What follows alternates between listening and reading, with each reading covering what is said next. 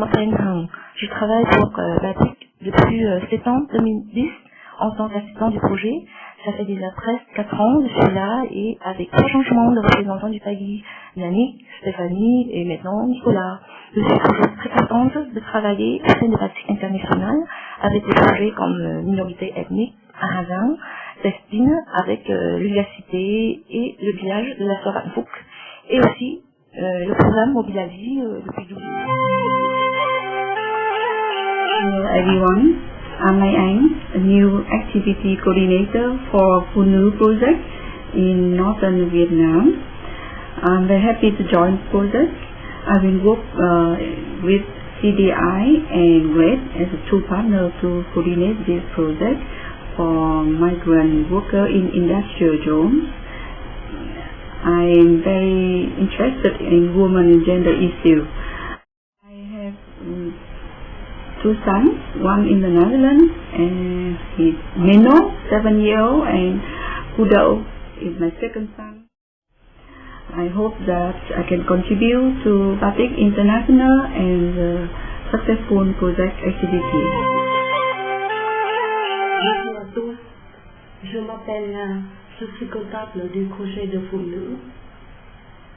Je me suis engagée dans le projet parce que son objectif est d'améliorer les conditions de vie et de l'insertion sociale des femmes. Avant le projet de Phụ Nữ, j'ai 6 ans d'expérience en tant qu'assistante comptable du projet ADA, un projet agricole.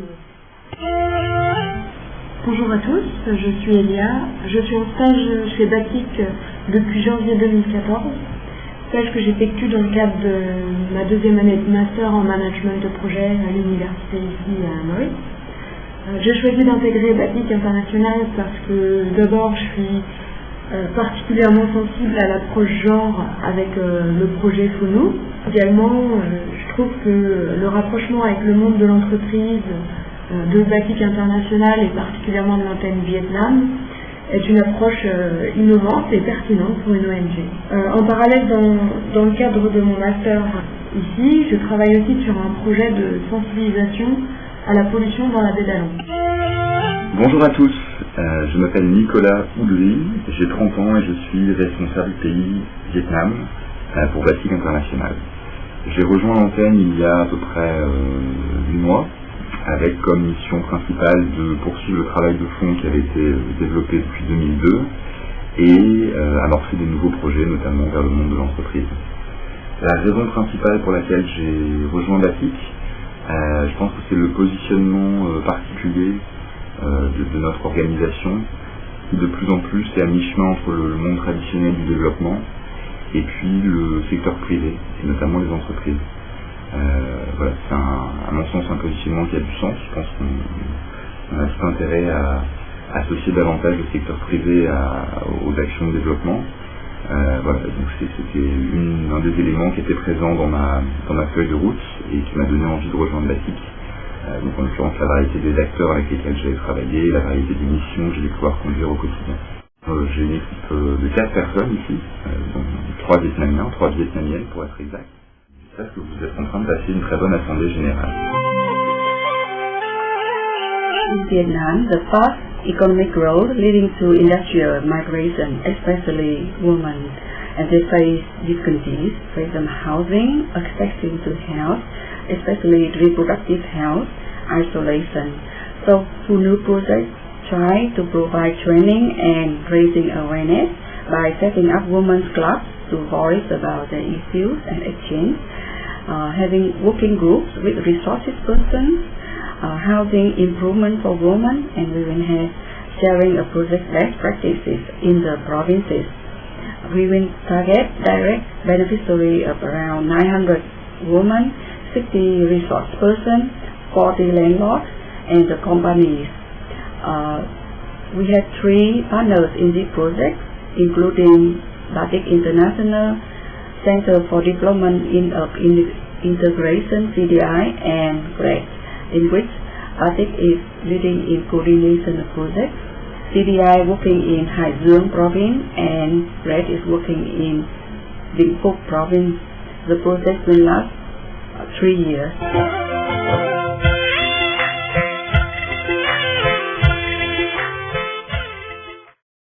Dans ma tête, clairement, quand je me suis inscrite à la Batik, c'est ouais, je l'ai fait, j'ai envoyé la demande et tout ça parce que je cherchais du travail, c'est ça l'idée. Et quand ils m'ont répondu en me disant qu'il y avait des réunions d'information, tout ça, je me suis dit, de toute façon, j'ai rien à perdre, donc j'y vais.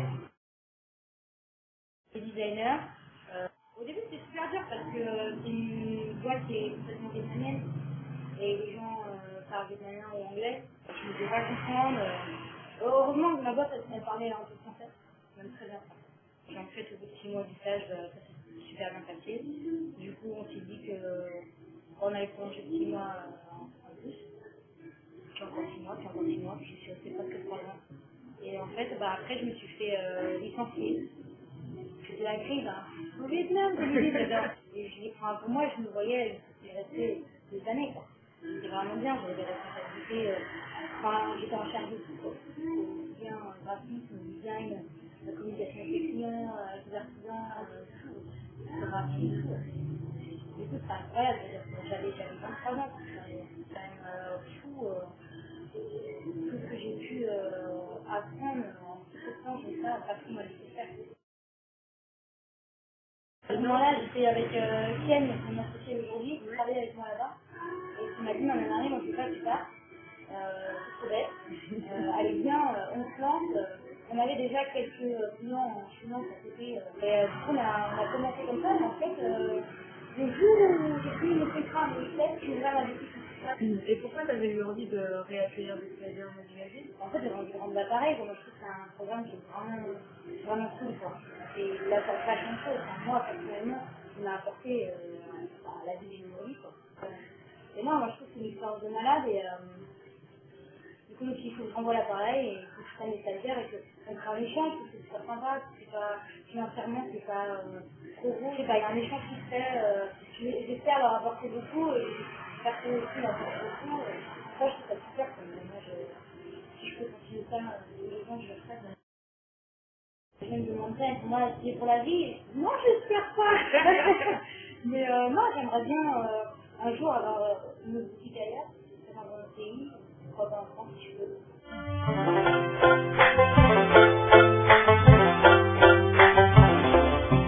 Bonjour à tous. Nous sommes aujourd'hui dans les locaux de l'Université du commerce extérieur à Hanoï. Nous souhaitions vous y emmener puisque dans le cadre de son développement, Batik International au Vietnam souhaite se rapprocher du monde des universités et donc notamment de l'Université du commerce extérieur à Hanoï. Comme vous le savez, le Vietnam est dans une phase de transition, ce qui est également vrai pour Batik Vietnam, avec l'obligation de se rapprocher de nouveaux acteurs. Donc nous avons facilement identifié un premier acteur, les entreprises, notamment autour de la thématique RSE, et nous souhaitons également travailler avec les universités. Alors sous quelle forme? L'idée est de pouvoir valoriser une expertise qui est détenue en interne par Batik, et le faire via des séminaires de formation. Donc nous avons travaillé au mois de juin 2013 sur la construction d'un séminaire sur l'insertion professionnelle des jeunes diplômés, l'idée étant de valoriser l'expérience acquise dans le projet Mobilasie par exemple, et nous sommes également en train de travailler sur un séminaire sur la dimension sociale de l'entreprise. Voilà, l'idée est de travailler davantage avec les universités. On sait que les universités interviennent également sur les questions de développement. On sait que les universités travaillent avec les entreprises. Donc voilà, l'idée est de s'inscrire davantage dans ce triptyque qui sera porteur, on le souhaite, pour l'avenir du Vietnam.